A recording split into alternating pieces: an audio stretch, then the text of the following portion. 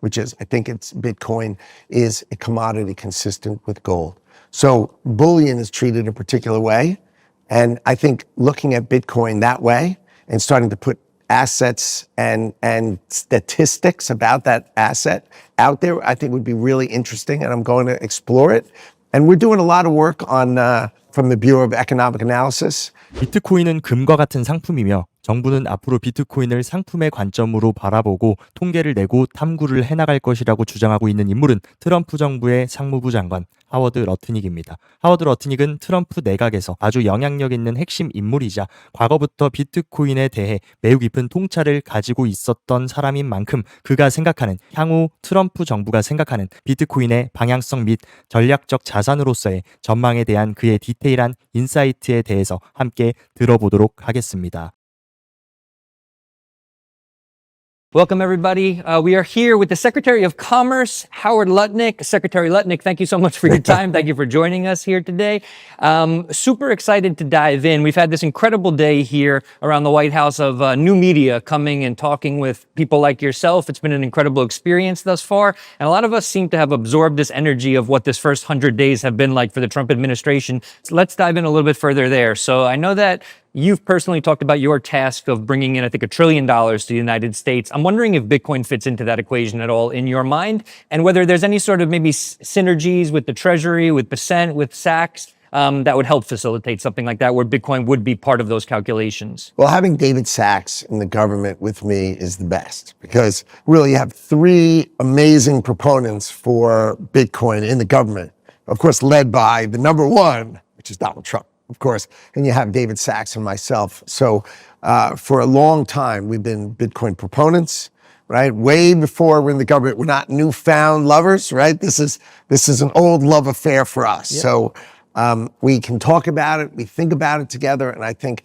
that's why we've been able to deliver so quickly on the campaign promises that Donald Trump said. He said he'd have a Bitcoin strategic reserve. I mean, think of how quickly David Sacks and I were able to help the president deliver on his promise and deliver that Bitcoin strategic reserve. Yeah, appreciate that. One thing, if you don't mind touching on your Bitcoin story, when did you personally find Bitcoin? I know that you're a huge proponent of it. And as you just said, you're not coming to this to capitalize on Bitcoin being a hot topic at the moment. You are an actual believer. When did that start for you? 2017. Okay. Started reading about it, trying to understand it. People always started with, you should learn blockchain, right? Remember the whole blockchain this and blockchain that? Yep. And so I started looking at and trying to understand blockchain technology and how that would impact financial services and things like that. But then, of course, I started saying, well, is it really blockchain I should be thinking about, or should I be thinking about Bitcoin? And then the attributes of Bitcoin, the fundamental attributes, 21 million. There aren't going to be any more. There's no one messing with the software. There's no one you can fix it or change it. It's just a rare entity. And so that rarity is what creates its value. And so I played with it a little bit, bought a little bit, then bought a little bit more. And then I started really learning about the whole ecosystem. And then my firm I brought my firm into the market, try to be an advisor, analysts, cover it, talk about it. So I think it was just until 2020, and then 2020 we went all in with it in every way. And I guess that's early. In 2025 talk, it's pretty early. I think we're all early. I think in the grand scheme of things with Bitcoin. Oh, I like that answer. That's a good one. I like that. I got to go with that from now on. That's going to become part of my vernacular. And I know President Trump has talked a lot about the Bitcoin being made in America, more mining in America. There is one small concern that the community has, and it's that if there's too much mining happening in one country, then there's potentially a risk of censorship, which would potentially undermine maybe some of Bitcoin's value proposition. What would you say to that community? I mean, it doesn't seem that, especially compared to the previous administration, that there's any sort of intent to do something like that, to say we're going to be censoring. But is this a concern that people should have, or not necessarily? I don't think so. I think America is the most extraordinary business place on the earth. I don't know, where are you going to pick? I mean, what's the plan B of America? Right? Like, I mean, what's better, or where do I go from here? It's just not attractive. So the idea is figure out how to win in America, and that's how you get to the highest highs. So, and I think everybody watching this podcast is going to be nodding their head in agreement, because we all know that the American economy and the American entrepreneurship is the place to be. You have Donald Trump in the White House. This is unbelievable opportunity. He's going to unleash that opportunity, and I think our community is going to have the best time doing it. Amazing. One of the other things that I think, Michael Saylor often says Bitcoin is hope. And you've talked a bit about despair. In the modern American era, there's been a lot of despair. There's been, I think you talked about it with Anthony Pompliano. You used to talk about the fentanyl epidemic. In the Bitcoin space, though, there's a lot of optimism. There's a lot of hope for the future. Do you think that this is going to spill over, and that maybe more people who right now aren't into Bitcoin, because of the actions that you're taking, that the broader Trump administration is taking, will become exposed to Bitcoin, and that it could be a sort of a boon in some ways for them? I think for sure, right? I mean, it was treated under the Biden administration like you were doing something wrong. Like, what were you doing wrong? Like, where was the harm to someone? Where was the, so now you have that sort of in the rearview mirror, and then it's gone. And it'll never come back, right? Because once the United States of America embraces something, you've never seen the United States of America embrace something and then they're turn their back on it later. That's never happened. Yeah. So now you've turned that page, you're in the positive world of America. And I think what's going to happen is Bitcoin will become more and more part of the just ordinary talking. People can hold it as assets. They'll trade it like a stock. There's no difference from it maybe, but it's not really a stock. It's more a commodity. I believe, like the way you talk about it, is what is Bitcoin like? It's like gold. To me, it's a commodity. Why? There's only so much of it, right? And it's like gold. Now, gold trades anywhere. No one stops me from buying this ring when I went to buy the ring of gold, right? So gold trades everywhere. Exchanges, okay.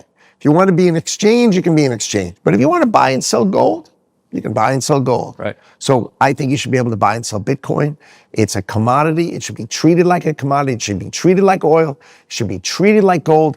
It's intellectually correct. I know people have all sorts of things to say about it, but in the end, it's not a currency. It's a commodity. And once you embrace the concept of a commodity, you'll see how beautiful that is and how that fits into almost every thoughtful box, right? No one stops someone from selling oil from one person to another. No one should stop someone from selling Bitcoin from one person to another, using Bitcoin, however they want to do it. You want to put it on an exchange? Fine, call it a commodity exchange.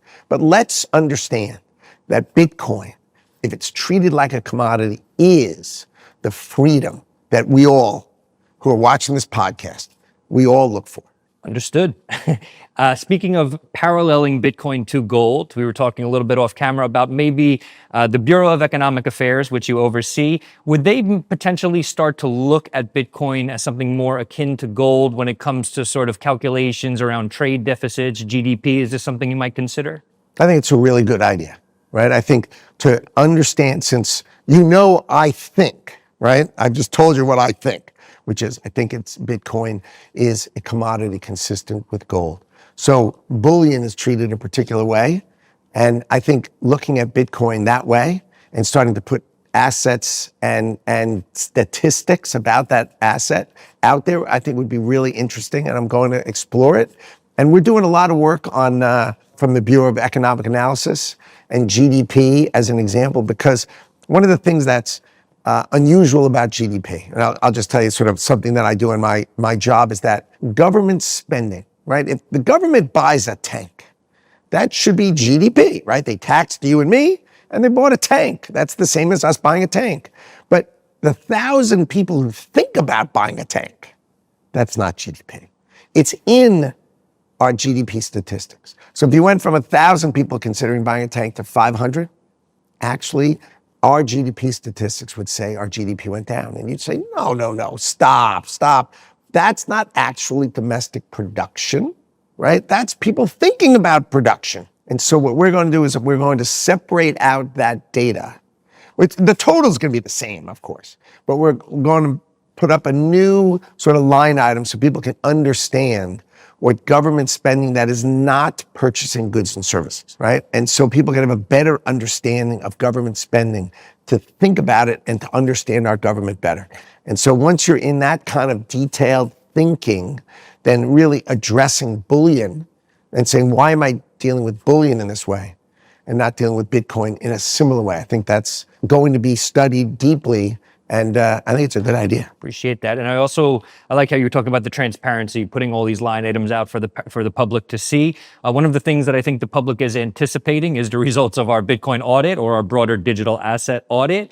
Do you have any idea on whether those results will be made public anytime soon, or whether we do have any sort of update on how much Bitcoin the United States is holding? And then maybe any information too on maybe how we plan to hold the keys to the Bitcoin for the strategic reserve. I know we can't go into great detail there, but maybe who you're speaking with, maybe if it's people from the industry or how we're looking at that. Yeah. When the administration wants to come out with those answers, we'll come out with them, but unfortunately I'm not at liberty to do it right now. I understand. The other thing is that it's been a very exciting 100 days. In politics, there's always this sort of race to get things done before the midterms, right? So what are the next few steps? What are the next few big things that the administration wants to accomplish, and maybe where does Bitcoin fit into those? Well, I think right now we all know that the United States of America and Donald Trump are trying to reset global trade to make it more fair for America, right? And so we are really right in that. And it's got, he said 90 days. We hope to get the majority of things accomplished. So that's sort of the next couple of months for sure. Then he's off trying to create peace in the world. Another sort of awesome, imagine working for someone who's trying to rebalance global trade and trying to create peace in the world. I mean, it is extraordinary to work for Donald Trump. But those are sort of his two big things then. And then I think after that, I think we can put Bitcoin back on the agenda, right? We set up the Bitcoin Strategic Reserve, which was exactly delivering on his promise, right? And making everybody in the Bitcoin community feel the love and affection and support of this administration, for sure. And those were his two key promises to our community, the Bitcoin community. So after he sets those big two agenda items, I think we'll start to talk a little bit more about Bitcoin, but he's got those big agenda items on his plate, and he's on it all the time.